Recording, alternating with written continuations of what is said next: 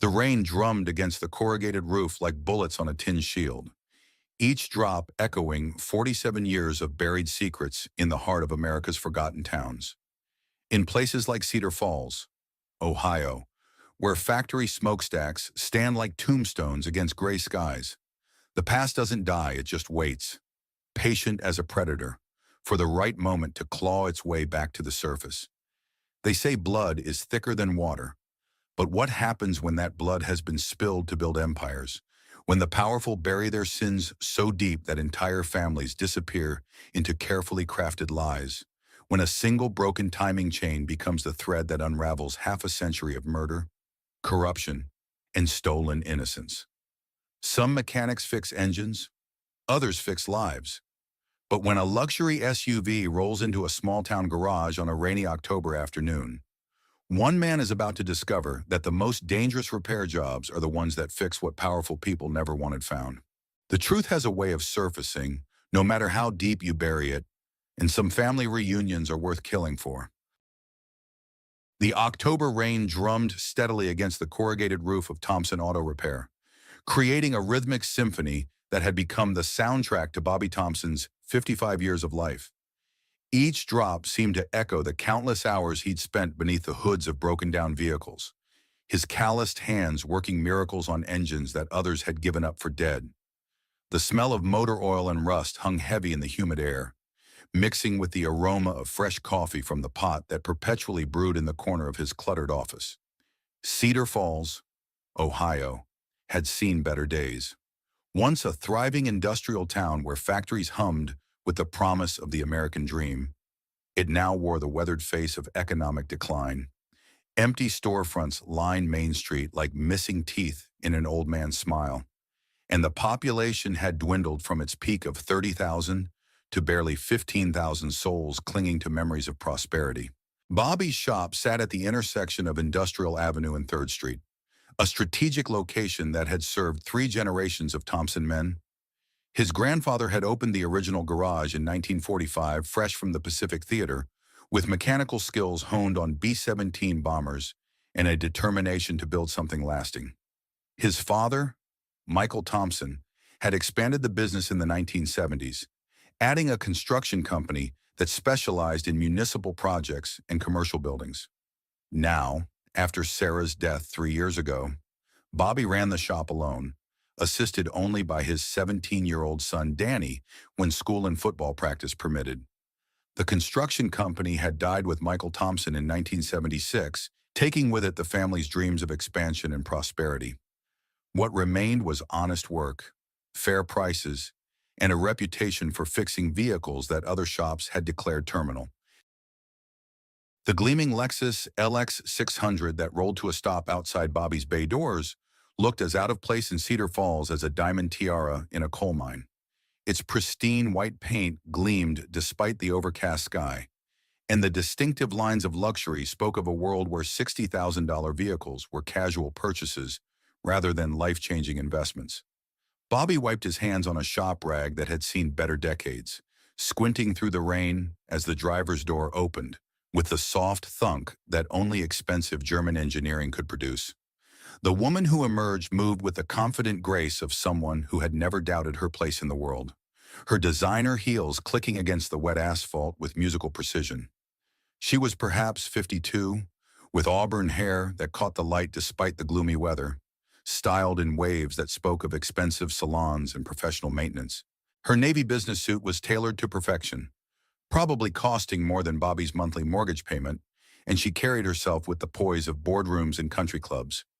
Yet there was something about her face, something in the shape of her eyes and the way she tilted her head when thinking, that triggered a memory Bobby couldn't quite grasp. "Thompson Auto Repair?" she asked, her voice carrying the polished accent of someone who'd learned to speak in executive conferences and charity galas. "That's what the sign says," Bobby replied, not unkindly but without the automatic deference that wealth usually commanded in small-town Ohio. What seems to be the trouble? She gestured toward the Lexus with obvious frustration, her perfectly manicured nails catching the light. "It started making this horrible grinding noise about 20 miles back, just after I passed through Riverside." The dashboard looks like a Christmas tree, and I have a crucial board meeting in Columbus in 3 hours. Bobby approached the vehicle with the practiced eye of someone who'd diagnosed thousands of automotive ailments over 3 decades. The Lexus was maybe 2 years old, immaculate inside and out, the kind of vehicle that should purr like a contented cat. The leather interior still held that new car scent, and the odometer showed barely 12,000 miles. Mind if I take a listen? Bobby asked, and the woman she'd introduced herself as Victoria Sterling nodded permission. When Victoria turned the key, the engine produced a distinctly unhealthy knocking sound that made Bobby wince. It was the mechanical equivalent of a heart murmur, a rhythm that spoke of internal damage and expensive repairs. "You've got a serious problem with your timing chain," Bobby said after a few minutes of careful listening and preliminary examination. "Could be a stretched chain, a failed tensioner, or both. Either way, if you keep driving it like this, you'll be looking at a complete engine rebuild." Victoria's carefully composed facade cracked slightly, revealing a vulnerability that seemed at odds with her polished exterior. "How long to fix it?" "Day and a half, maybe 2, Bobby said honestly, knowing the estimate wouldn't be welcome news. "This isn't the kind of repair you rush, especially on a vehicle like this. I'll need to order parts from Columbus, and the labor is intricate work."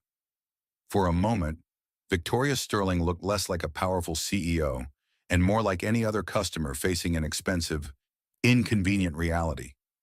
Bobby found himself studying her face more closely, searching for the source of that nagging familiarity.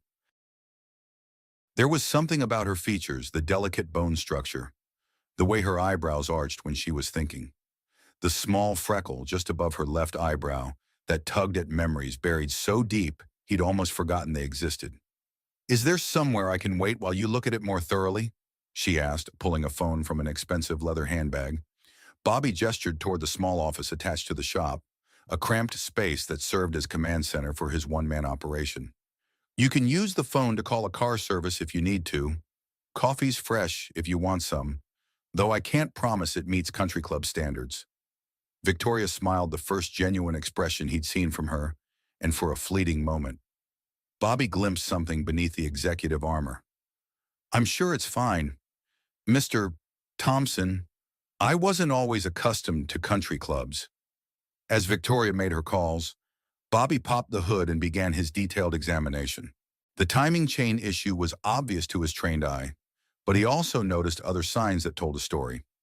Premium maintenance records tucked neatly in the glove compartment showed every service performed right on schedule at a high-end dealership in Columbus. This wasn't a neglected vehicle or an owner who cut corners on maintenance. Sometimes expensive cars just broke in expensive ways, like thoroughbred horses that required more care than draft animals. "Dad, Mrs. Henderson called about her Buick," a voice called from the office doorway. Danny Thompson, 17 years old and built like the linebacker he was, leaned against the frame with the easy confidence of youth.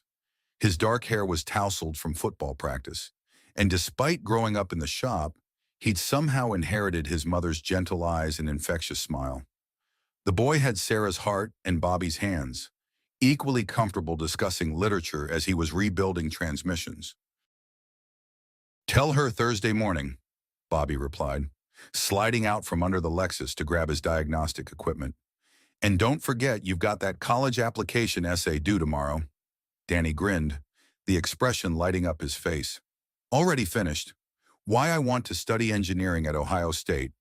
Professor Martinez helped me edit it during study hall. You want to read it?" "Later. Right now, help me run diagnostics on this beauty. Might be educational. You don't see many vehicles like this in Cedar Falls." As father and son worked together with the seamless efficiency born of years of partnership, Victoria emerged from the office. She'd removed her jacket, revealing a silk blouse that probably cost more than most of Bobby's customers spent on their entire wardrobes. But she watched their work with obvious interest rather than impatience. "My assistant is arranging a car," she announced. "It should be here in 30 minutes. She paused, observing the easy interaction between Bobby and Danny. "You run this place alone?" "Just me and Danny when he's not at school or practice," Bobby replied, connecting the diagnostic computer to the Lexus's onboard systems. My wife Sarah passed 3 years ago. Heart condition, she was born with a defect that finally caught up with her. I'm sorry, Victoria said, and Bobby was surprised by the genuine sympathy in her voice. There was no platitude or social nicety in her tone, just honest, human compassion. Losing someone you love changes everything, doesn't it? Before Bobby could respond, Danny looked up from the diagnostic readout he was studying. Mom always said Dad could fix anything except broken hearts, but he's gotten pretty good at fixing those too, over time. An unexpected silence fell over the group.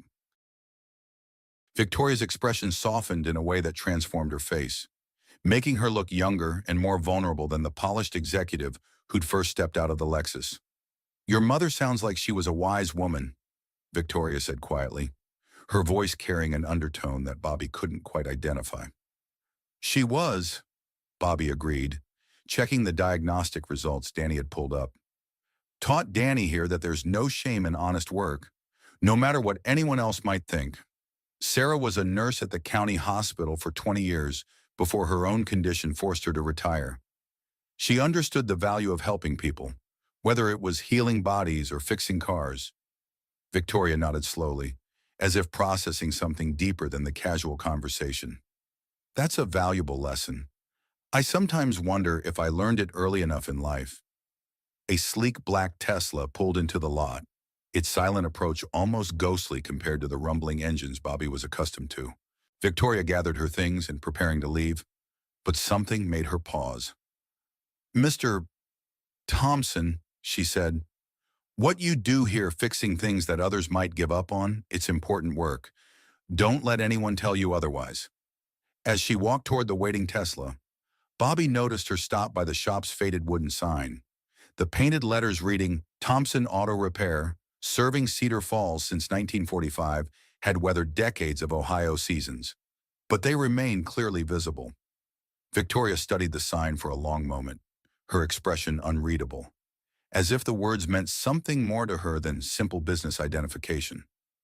She seemed nice, Danny observed as they watched the Tesla disappear into traffic.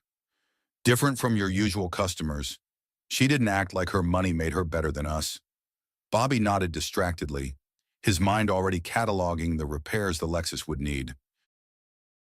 But something nagged at him, that persistent sense of familiarity, the way Victoria had looked at their family name on the shop sign, as if it triggered some deeply buried memory.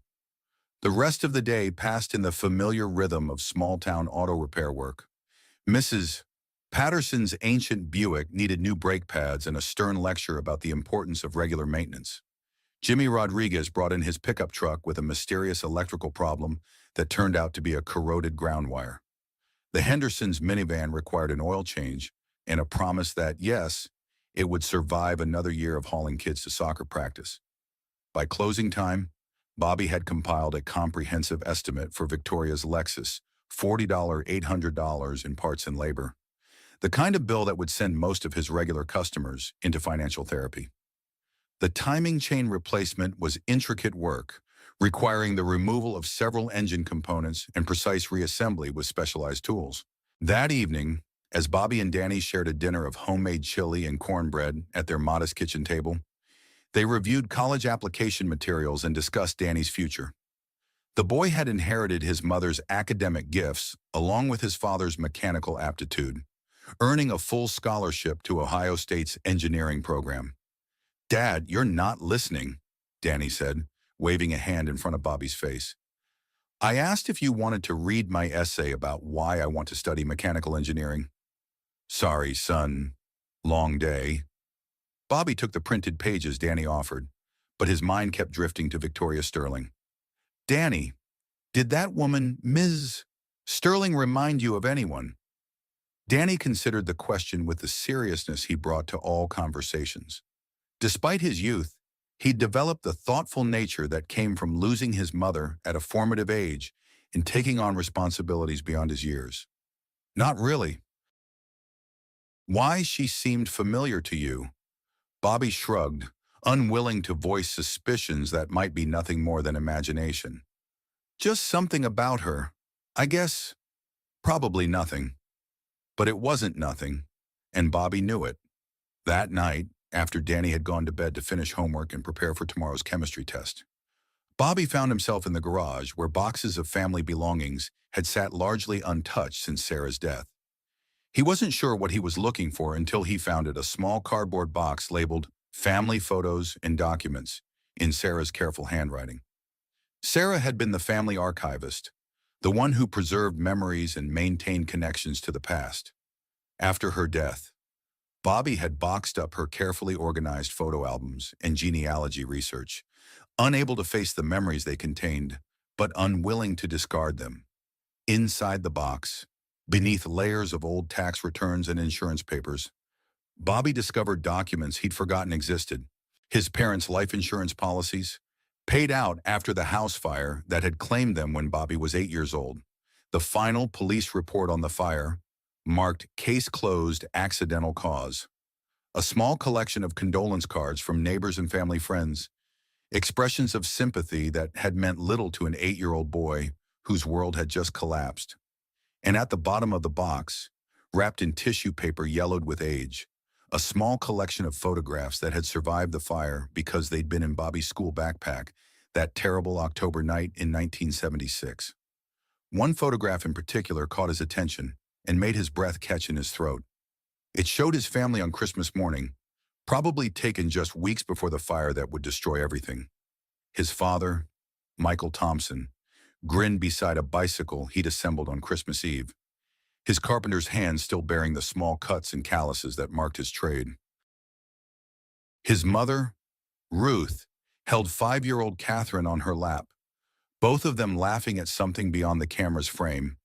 And 8-year-old Bobby stood proudly beside his little sister, his arm around her shoulders in the protective gesture that had defined their relationship. Catherine, his little sister, with her auburn hair catching the Christmas tree lights and her bright eyes sparkling with the joy of childhood. The same eyes that had looked back at him from Victoria Sterling's face that afternoon. Bobby's hands trembled as he studied the photograph under the garage's fluorescent light. Catherine had died in the fire. The authorities had been certain. They'd found her body in her bedroom, identified through dental records that Bobby had been too young to understand. He'd attended her funeral 3 days after his 8th birthday, placing a small bouquet of daisies on a tiny white casket that seemed impossibly small to contain all the love and laughter that had been his sister. But looking at the photograph now, then remembering Victoria Sterling's face, the resemblance was undeniable. The shape of the eyes, the delicate arch of the eyebrows, the way she tilted her head when thinking. Even the small scar on her left wrist that Bobby had noticed when she'd handed him her keys, a scar that perfectly matched one Catherine had gotten falling off her bike just months before the fire. Bobby sat back on his heels, surrounded by the detritus of a life he'd thought he understood, his mind reeling with possibilities that seemed to defy logic. It wasn't possible. Catherine had died 47 years ago. He'd grieved for her with the devastating completeness that only children can experience, had nightmares for years about not being able to save her from the flames that had consumed their family home. The idea that she might somehow be alive, that she might have walked into his shop that very afternoon, driving a luxury SUV and wearing designer clothes, was beyond comprehension. Yet the evidence was there in the photograph, in the memories that were suddenly crystal clear, in the instinctive recognition he'd felt but couldn't place. He needed answers, and he knew exactly where to start looking. The next morning dawned gray and drizzly, with the kind of persistent October rain that seemed to seep into everything: clothing, buildings, souls. Bobby had slept fitfully, his dreams filled with memories of the night that had changed everything. The smell of smoke creeping under his bedroom door, the sound of sirens growing closer, the terrible realization that the people he loved most in the world were gone, and he was alone. Danny noticed his father's distraction immediately as they shared breakfast and prepared for their respective days. "Dad, you look like you've seen a ghost. Everything okay?" "Just thinking about an old case," Bobby replied, which wasn't entirely a lie. The Thompson fire had been a case, officially closed but never truly resolved in his mind. Hey, do me a favor and handle the morning customers. I need to make a trip to the courthouse. Danny raised an eyebrow but nodded. At 17, he'd learned to trust his father's instincts and ask questions only when answers were truly necessary. Want me to call Ms. Sterling about her car? You said the parts would be in this morning. Yeah, call her. Tell her we should have everything ready by this afternoon. Bobby hesitated and then added, and Danny, be friendly. But if she seems interested in family history or asks personal questions, just stick to talking about the car. Okay, Danny said slowly, clearly puzzled by the unusual instruction.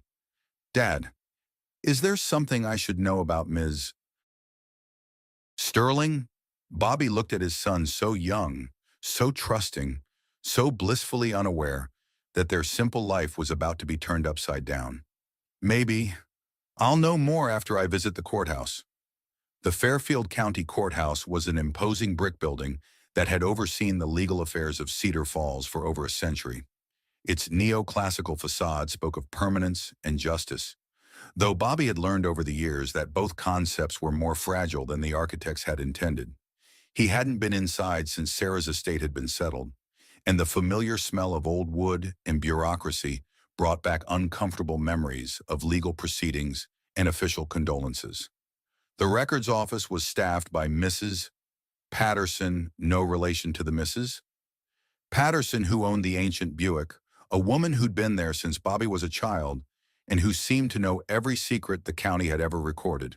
She'd aged gracefully into her 70s, her silver hair always perfectly arranged and her manner combining efficiency with genuine warmth.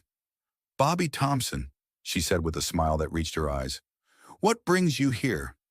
Everything all right with Danny. I heard he got into Ohio State. Danny's fine, Mrs. Patterson. Full scholarship to study engineering. Bobby couldn't help but smile when talking about his son's accomplishments. I'm actually looking for some old records about the fire that killed my parents back in '76. Mrs. Patterson's expression grew sympathetic, and she lowered her voice in the respectful way people did when discussing long-ago tragedies. Oh, honey, that was such a terrible thing. What kind of records are you looking for? Is this for some kind of memorial or anniversary piece? The investigation file, property transfer records, anything related to what happened after, Bobby said carefully. And I'd like to see the coroner's report, if possible. Mrs. Patterson's eyebrows rose slightly. Requests for decades-old death records weren't uncommon, but they usually came from genealogists or insurance investigators, not from surviving family members who'd lived with the tragedy for nearly half a century. Of course, dear, it might take me a while to locate everything. Some of those older files have been moved to the basement archives. Why don't you have a seat, and I'll see what I can find. It took Mrs. Patterson nearly an hour to locate the relevant files, and Bobby spent the time studying the courthouse's memorial wall, where the names of county residents who died in various wars were inscribed in brass letters.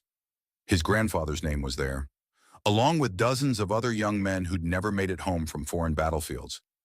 The Thompson family had always believed in service, in doing what was right even when it was difficult.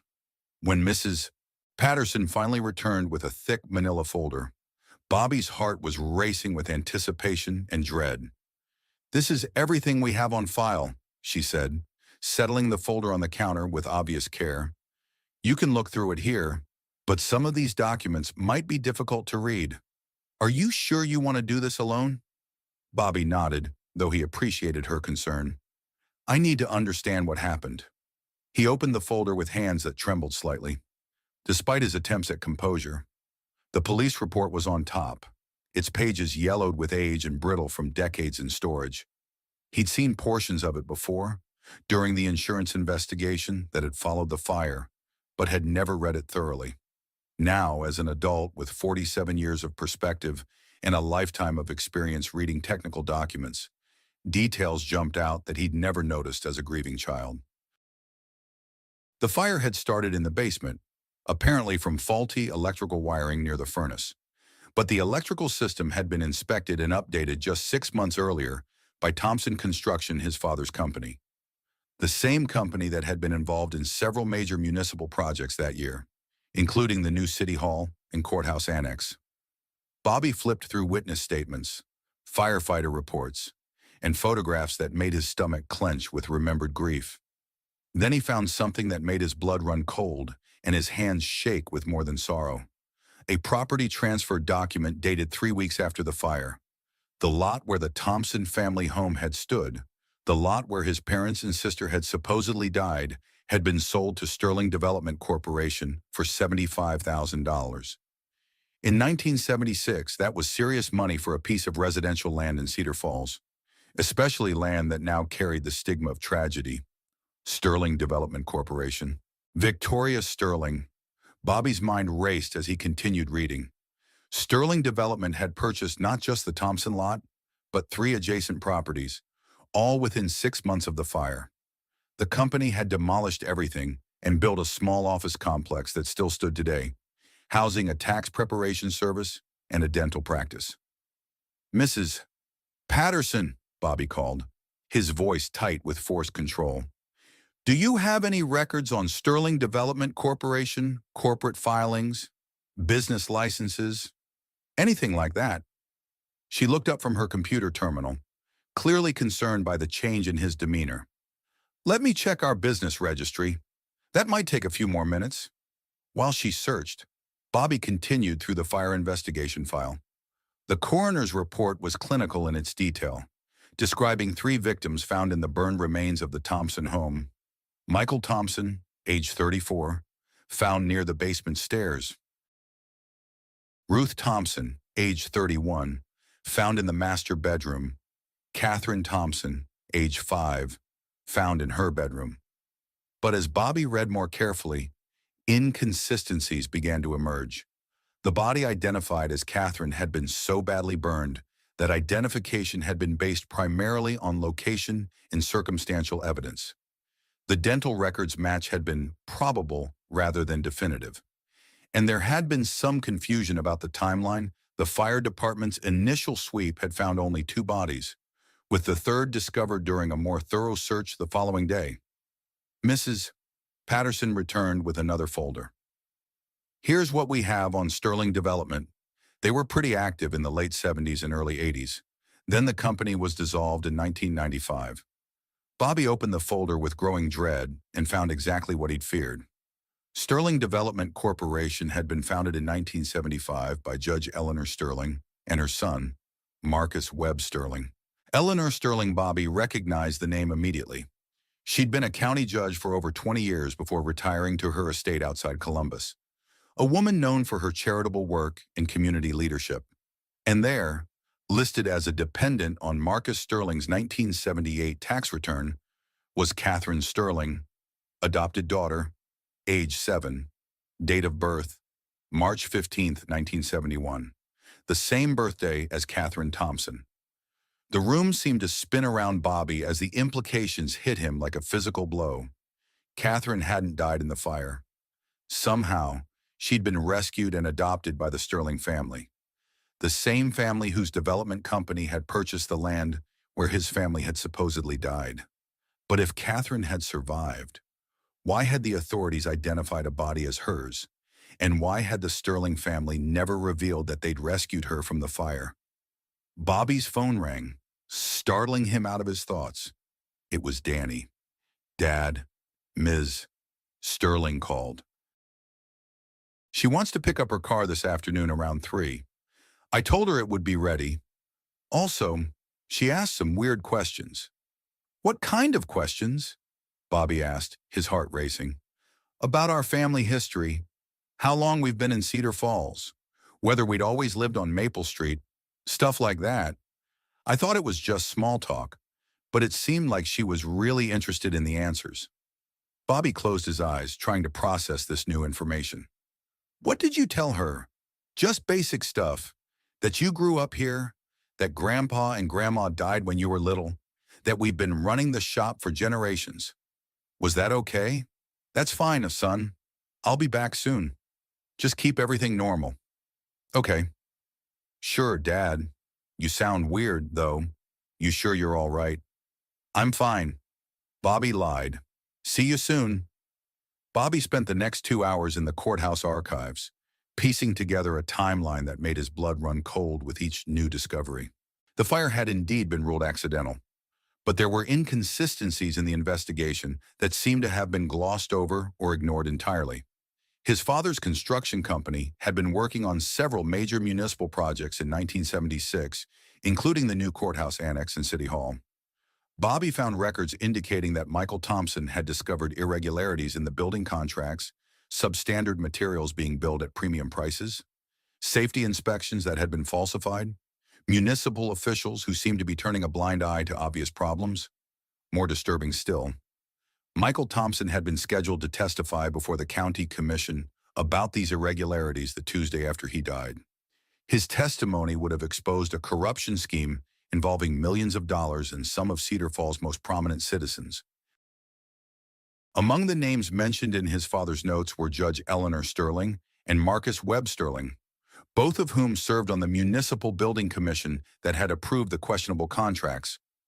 Bobby drove back to the shop in a daze, his mind reeling with possibilities that seemed to grow more sinister with each mile. If his suspicions were correct, his family hadn't died in an accidental fire.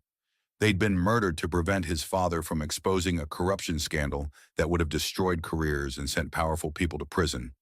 And somehow, his sister Catherine had survived, been rescued or taken by the Sterling family, and raised as their own daughter under a new identity, probably unaware of her true origins and the circumstances that had brought her into their world.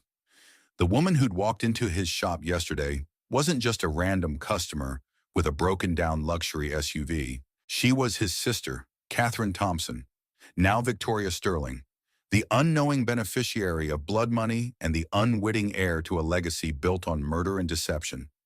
Bobby pulled into the shop's parking lot just as a familiar black Tesla was arriving.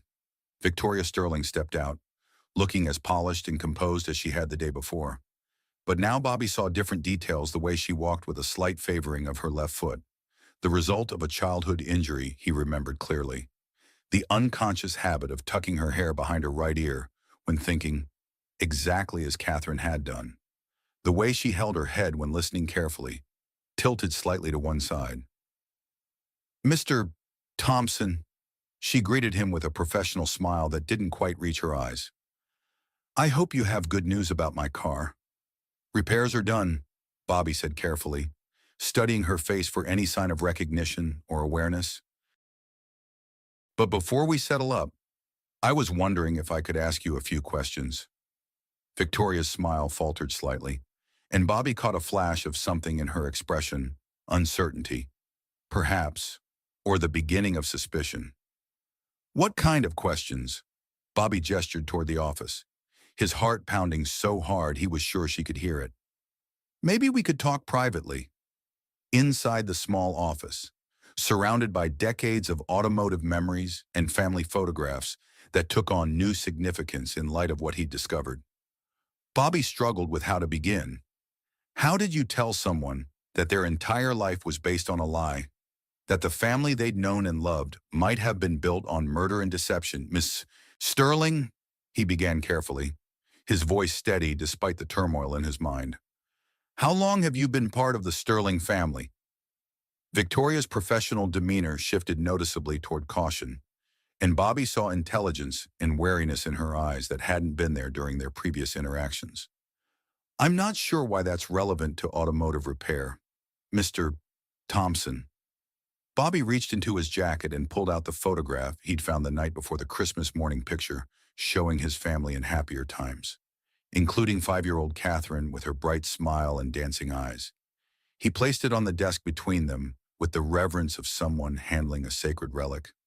"Because I think you're my sister." The words hung in the air between them like a physical presence. Victoria stared at the photograph, her face draining of color as recognition dawned in stages.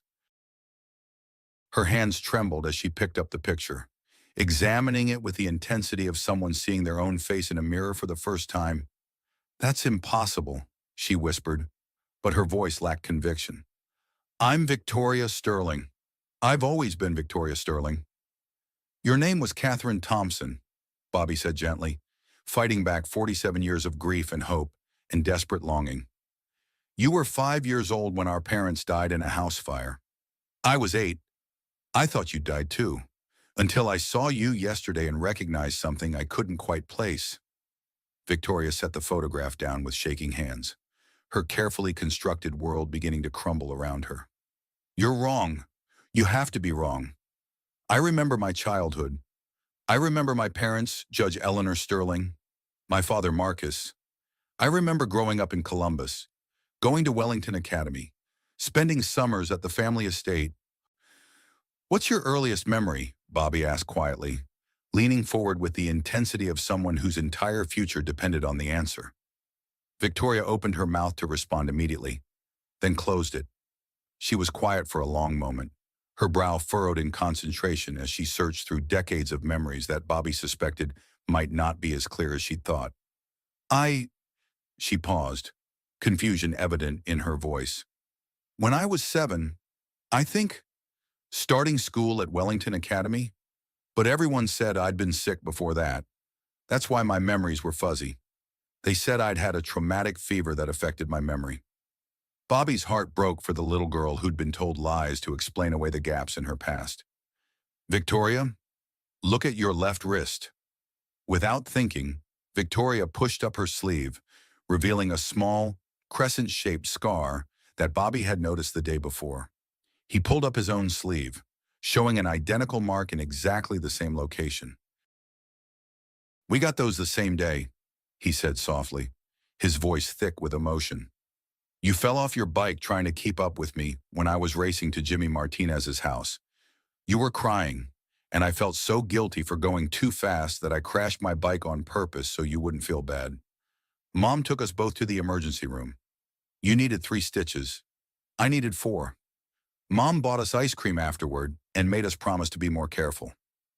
Victoria stared at the matching scars, her eyes filling with tears as fragments of memory began to surface like bubbles, rising from the depths of a dark pond. I remember ice cream, she whispered, strawberry ice cream, and someone with kind hands who smelled like sawdust.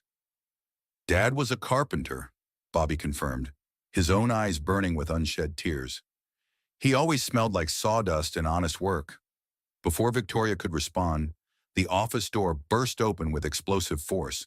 A tall, imposing man in an expensive suit strode in, his face dark with anger and something that looked dangerously close to panic. Bobby recognized him immediately from the courthouse photographs. Marcus Webb Sterling, now in his 70s but still radiating the authority and menace that had once made him one of Ohio's most feared attorneys. Victoria, we need to go. Now. His voice carried the kind of command that expected immediate obedience.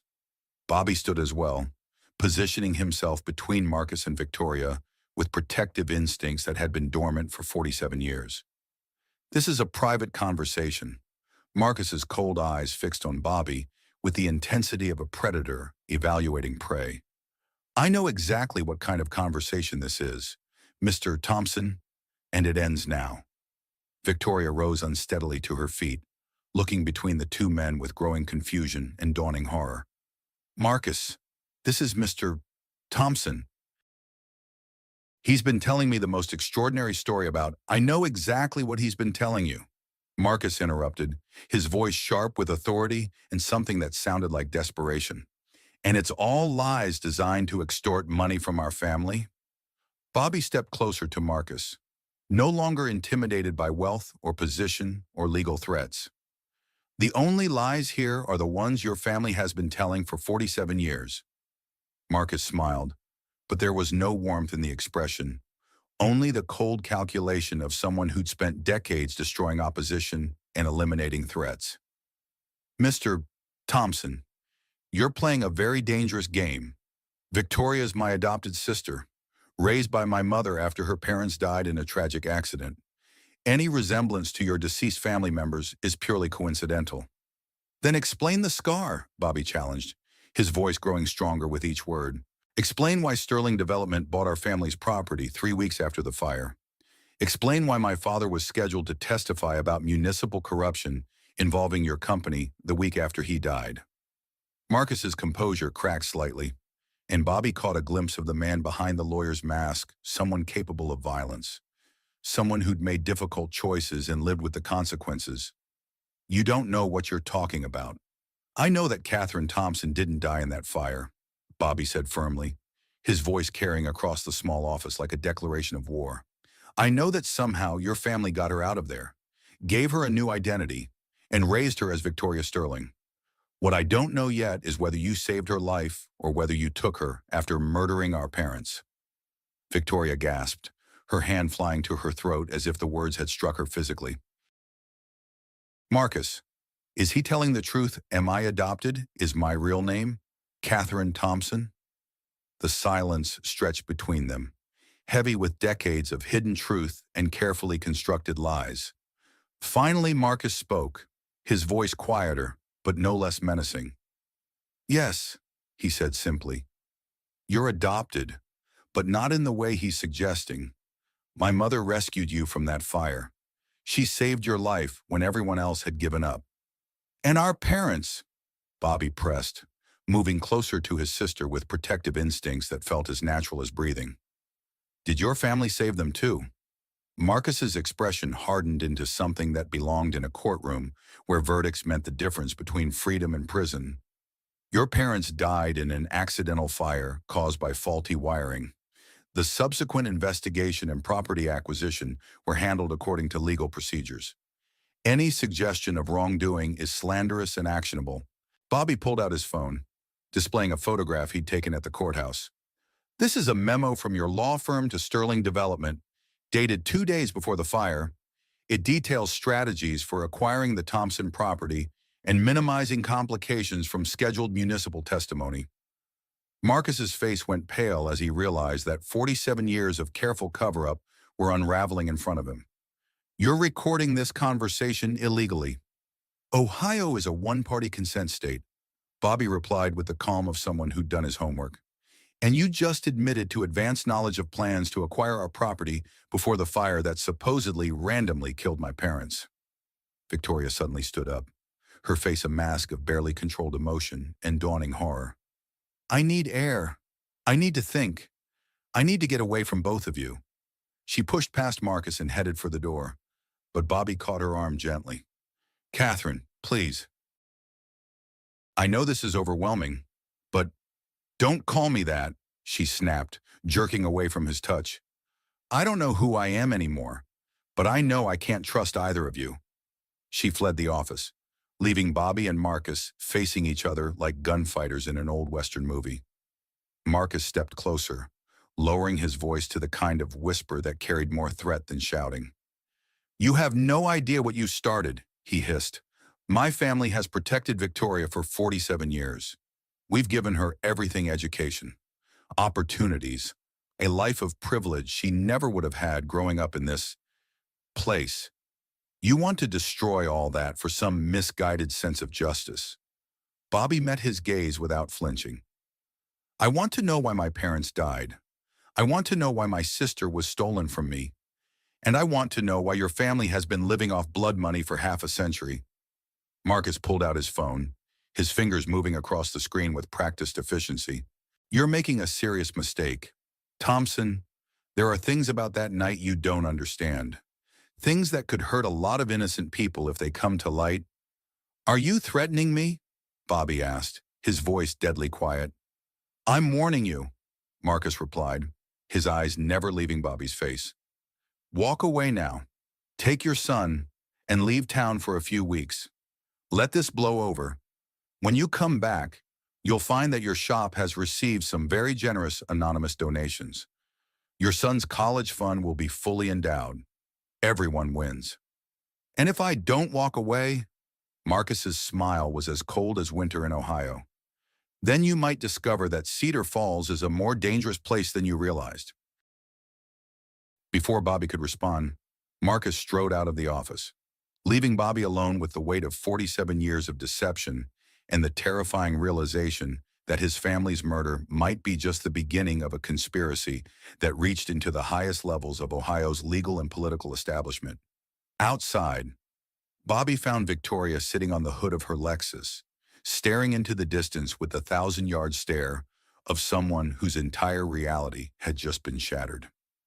She'd removed her jacket, and in the afternoon light, Bobby could see more clearly the way she resembled the little girl he'd lost so long ago. "I remember," she said quietly as Bobby approached, her voice barely audible above the traffic noise from the nearby highway.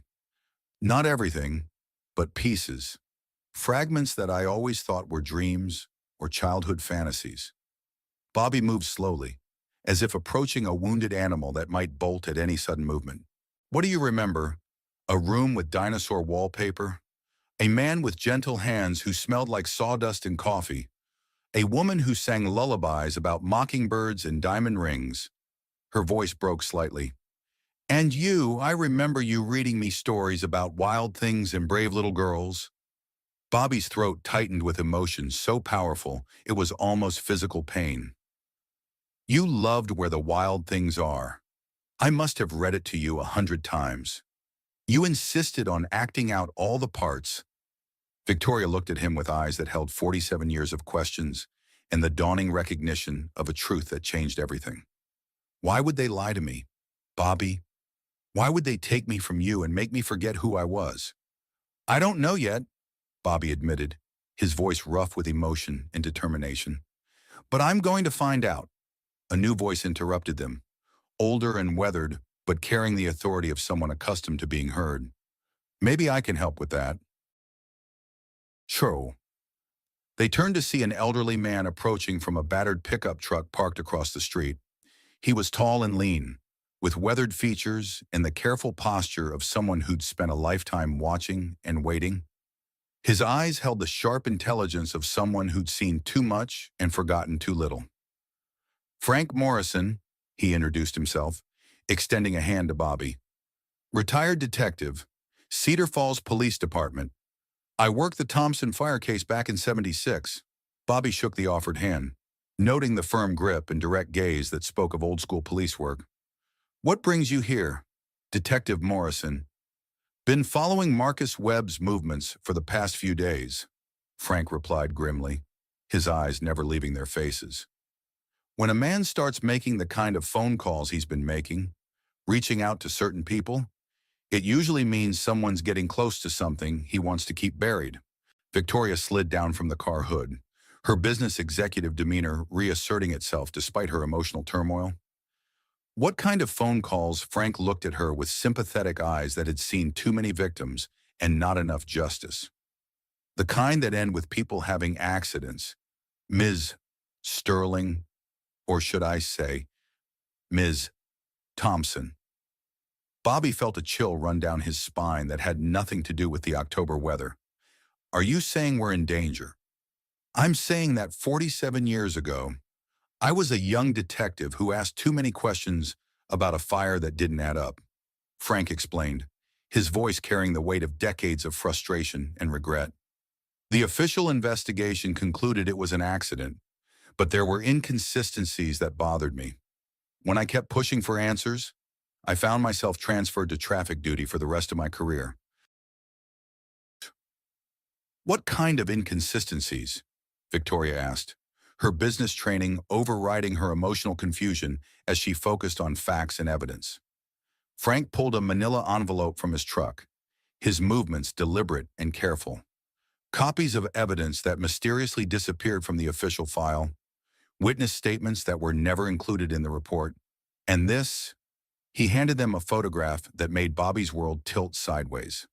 It showed a young woman holding a small child, but the setting was unfamiliar, not the Sterling estate, but what looked like a modest apartment with generic furniture and institutional lighting.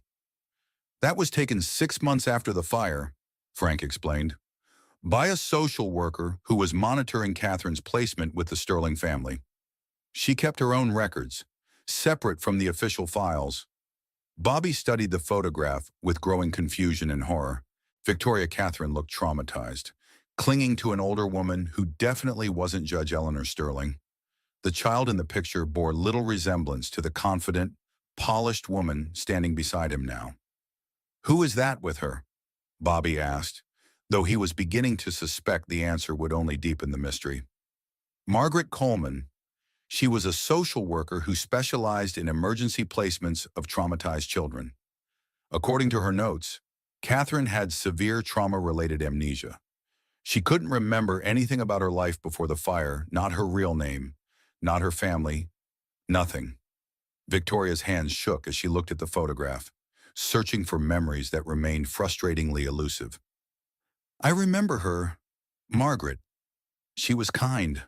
She told me I was safe, that my new family would take care of me. Frank nodded grimly. Margaret kept detailed records because she was suspicious of the placement. The Sterling family had no previous connection to child services, no background in foster care or adoption, yet somehow they'd been approved to take you within days of the fire. Where is Margaret now? Bobby asked, though something in Frank's expression suggested he already knew the answer wouldn't be good. Died in a car accident in 1979, Frank said flatly. Single vehicle collision on a clear night, just 3 days after she told a colleague she was planning to request a review of Catherine's placement. The pattern was becoming sickeningly clear. Anyone who asked questions about the Thompson fire or Catherine's placement seemed to meet with unfortunate accidents. The conspiracy wasn't just about covering up the original crime, it was about eliminating anyone who might expose it. Detective Morrison, Victoria said carefully, her voice steady despite the chaos that Bobby knew must be raging in her mind. What exactly are you suggesting happened to our parents? Frank looked around the parking lot, ensuring they weren't being observed, then lowered his voice to just above a whisper. Your father, Michael Thompson, had discovered that several major construction projects in the county were being built with substandard materials. Safety inspections were being falsified, money was being skimmed, and city officials were being paid to look the other way. How much money are we talking about? Bobby asked, though he suspected the answer would be substantial enough to justify murder. Conservative estimate $50 million in today's dollars, Frank replied. But more importantly, if the fraud had been exposed, 3 major buildings would have had to be demolished and rebuilt, including the new courthouse that Judge Eleanor Sterling had championed as her legacy project. Victoria gasped, pieces of a horrifying puzzle beginning to fall into place. Eleanor, my adoptive grandmother, she was so proud of that courthouse. She used to take me there when I was young, showing me the cornerstone with her name on it.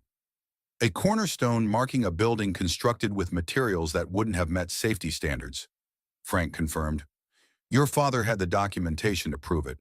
He was scheduled to present his evidence to the county commission the Tuesday after he died. Bobby felt the final pieces clicking into place with sickening clarity. So they killed our parents to stop the testimony, then covered it up by buying the property through Sterling Development, and rescued Catherine to make themselves look like heroes, Frank added. Judge Sterling could point to her charitable adoption of a fire orphan as evidence of her good character. Who would suspect someone so compassionate of murder? Victoria was quiet for a long moment, processing the horror of what she was learning. When she finally spoke, her voice was barely audible, but filled with a strength that reminded Bobby of their mother. If this is all true, then my entire life has been built in a lie. Everything the Sterling family gave me, education, opportunities, wealth, it all came from blood money, from the murder of my real parents. Bobby reached out and took her hand, noting that she didn't pull away this time. Catherine, you were a child. None of what they did was your fault. But I've been living off it for 47 years, she said, tears streaming down her face. I've been the grateful daughter, the successful businesswoman carrying on the Sterling legacy. I've given speeches about Judge Eleanor's charitable spirit and community leadership, never knowing it was all built on murder and lies. Frank stepped closer, his expression filled with the determination of someone who'd waited decades for justice. Ms. Thompson, what matters now is what you do with the truth. Marcus Webb has spent his entire career covering this up, eliminating witnesses, intimidating anyone who got too close. You have the power to finally expose what really happened. And what about Marcus's warning? Bobby asked, remembering the lawyer's thinly veiled threats. He seemed to think there were other innocent people who could be hurt if this comes out. Frank's expression darkened with the cynicism of someone who'd seen too many criminals claim noble motives for their crimes. Marcus Webb is many things, but he's not particularly concerned about innocent people. If he's warning about collateral damage, it's because he has leverage information or evidence that could hurt people who aren't involved in the original crime, but who might have unknowingly benefited from it. Before anyone could respond, the sound of approaching vehicles caught their attention. Three black SUVs were turning into the shop's parking lot, moving with the purposeful coordination of a military operation. They weren't speeding, but there was something ominous about their synchronized arrival that made Bobby's skin crawl. "That's not good," Frank muttered, his hand moving instinctively toward his concealed weapon. "I count at least 8 people, possibly more." The lead SUV stopped just yards away, and Marcus Webb emerged from the passenger seat. But this wasn't the controlled attorney from earlier in the day. This Marcus looked desperate, dangerous, like a man who'd run out of options and was prepared to do whatever it took to protect his secrets. "Victoria," he called, his voice carrying across the lot with false warmth that didn't mask the underlying steel. "You need to come with me. Now. There are things you don't understand. Things that could get us all killed if you keep listening to these people." Frank stepped protectively in front of Bobby and Victoria, his weapon now visible but not yet raised. "That's far enough. Webb, this is still a public place, and these folks have every right to know the truth about their family." Marcus laughed, but there was no humor in the sound, only the bitter amusement of someone who'd long ago stopped believing in concepts like justice or truth.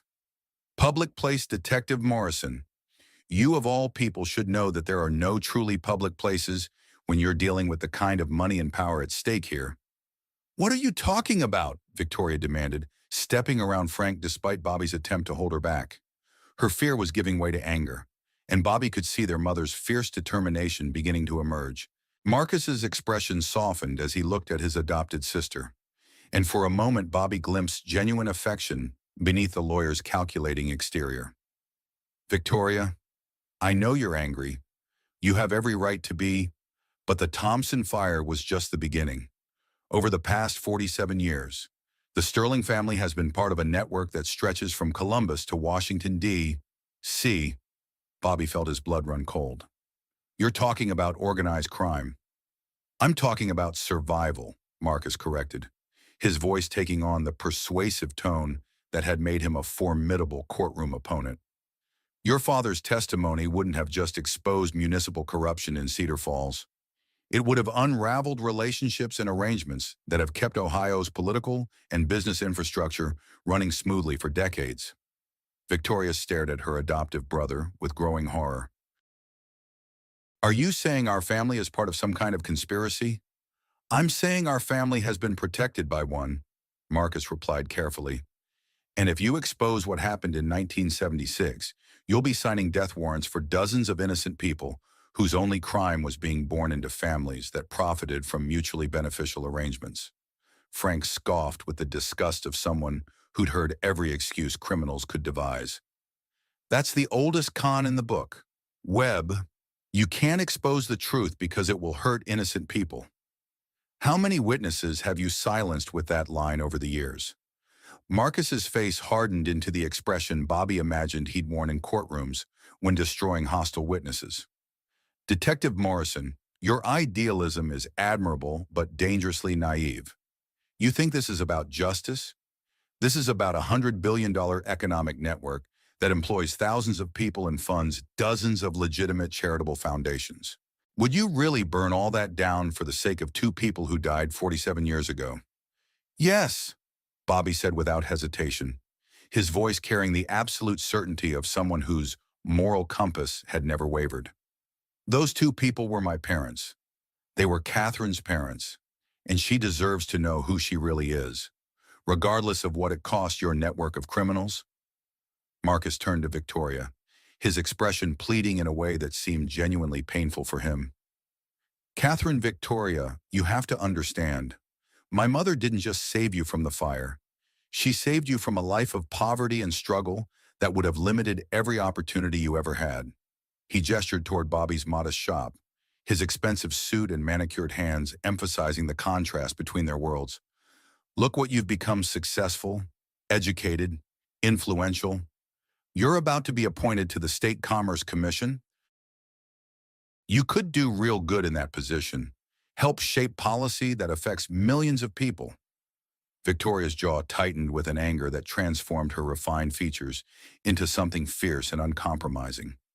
Built on lies and murder, built on pragmatic choices made by people who understood that sometimes the greater good requires difficult sacrifices.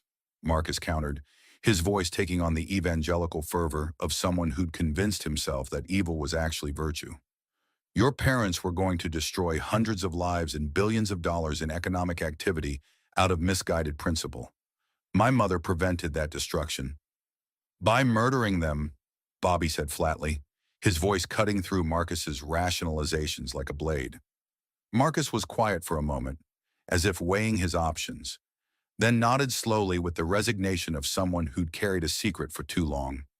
Yes, by murdering them, the admission hung in the air like a physical presence, transforming everything that had come before it. Victoria staggered backward as if she'd been physically struck, her face draining of color as the full horror of her situation became clear. You just confessed to conspiracy and the murder of my parents, Bobby said, his phone still recording everything. In front of witnesses, Marcus smiled with the cold amusement of someone who'd long ago stopped believing in consequences. That recording will never see the inside of a courtroom. Mr. Thompson, there are too many people with too much to lose. Too many judges, prosecutors, and politicians who owe their careers to the network my family helped build. Frank drew his weapon, the movement smooth and professional despite his age. This conversation is over. Webb, you and your people need to leave, and we're going to call this in to the FBI. Marcus didn't seem particularly concerned by the gun pointed at him, which was somehow more frightening than if he'd reacted with alarm. Detective Morrison, you're a retired small-town cop with a .38 special. I have 3 vehicles full of people who make their living solving problems exactly like this situation. As if on cue, the doors of the other SUVs opened, and several men in dark suits emerged. They moved with the practiced efficiency of professional security personnel, but Bobby noticed that they kept their hands visible and made no overtly threatening gestures. They were professionals, not street thugs, which somehow made them more dangerous. However, Marcus continued, his tone becoming almost conversational, I didn't come here for a confrontation. I came to make an offer that might appeal to your sense of family responsibility. We're listening, Frank said, his weapon still trained on Marcus, but his voice indicating cautious willingness to hear what the lawyer had to say. $5 million, Marcus said, looking directly at Bobby. Cash, untraceable, deposited in offshore accounts that can't be touched by any government agency. Enough to rebuild your shop into the finest automotive facility in Ohio. Send your son to any college in the world and live comfortably for the rest of your life. Bobby didn't hesitate, despite the astronomical sum being offered. No, Marcus turned to Victoria, his expression mixing genuine affection with calculated manipulation.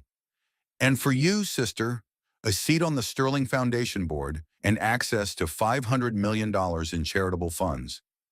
Think of the good you could do with that kind of resource. Scholarships for deserving students, medical research, disaster relief. You could literally save thousands of lives. Victoria looked at Bobby, then at Frank, then back at Marcus. When she spoke, her voice was steady and clear, carrying the strength that Bobby remembered from their childhood. I don't want your blood money. Marcus, I want justice for my real family, and I want the truth about what happened to them. Marcus's expression hardened, and Bobby saw something dangerous flicker in his eyes. Then you've both made a fatal mistake. He turned to walk back to his vehicle, but stopped when a new voice cut through the tension like a cavalry bugle announcing the arrival of reinforcements. The only mistake here was thinking you could bury the truth forever. Everyone turned to see a woman in her 60s emerging from a news van that had just pulled into the parking lot, followed by a camera crew and several people Bobby didn't recognize. The woman moved with the confidence of someone who'd spent decades confronting powerful people with uncomfortable questions. Sarah Chen, investigative reporter for the Columbus Dispatch. The woman introduced herself, her voice carrying the authority of someone who'd built a career on exposing corruption. We've been monitoring police communications and followed Detective Morrison here. Marcus's face went pale as he realized that his carefully controlled situation was spiraling beyond his ability to manage. This is a private conversation between family members. Not anymore, Sarah replied with the cheerful ruthlessness that had made her one of Ohio's most feared investigative journalists. We've been investigating the Sterling family's business practices for 18 months. Your confession to the Thompson murders is exactly the piece we needed to connect 47 years of corruption, intimidation, and systematic cover-ups. One of the men who'd emerged from the news van stepped forward, showing a badge that gleamed in the afternoon light. Agent David Park, FBI. Marcus Webb Sterling, you're under arrest for conspiracy, murder, and racketeering. The next few minutes passed in a blur of activity that felt surreal to Bobby, like watching a movie of someone else's life. Marcus and several of his security team were taken into custody without resistance, their professional demeanor remaining intact even as handcuffs were applied. FBI agents secured the area and began processing what was clearly a long-planned operation, not a spontaneous response to the day's events. How long have you been watching them? Bobby asked Agent Park as the immediate chaos began to settle. 18 months, Park replied, his voice carrying the satisfaction of someone whose patience had finally paid off. Ever since a whistleblower came forward with evidence of a corruption network involving construction contracts, judicial appointments, and political influence peddling, your family's case was the keystone that connected everything else. Sarah Chen approached Bobby and Victoria, her camera crew remaining at a respectful distance. Mr. Thompson, Miss Sterling, would you be willing to go on record about what you've discovered? Your testimony could help us expose a network that's been operating for nearly half a century. Bobby looked at his sister, really looked at her for the first time in 47 years, and saw not the polished executive who'd walked into his shop 2 days ago, but the little girl he'd loved and lost and found again. What do you think, Catherine? He asked quietly. Victoria.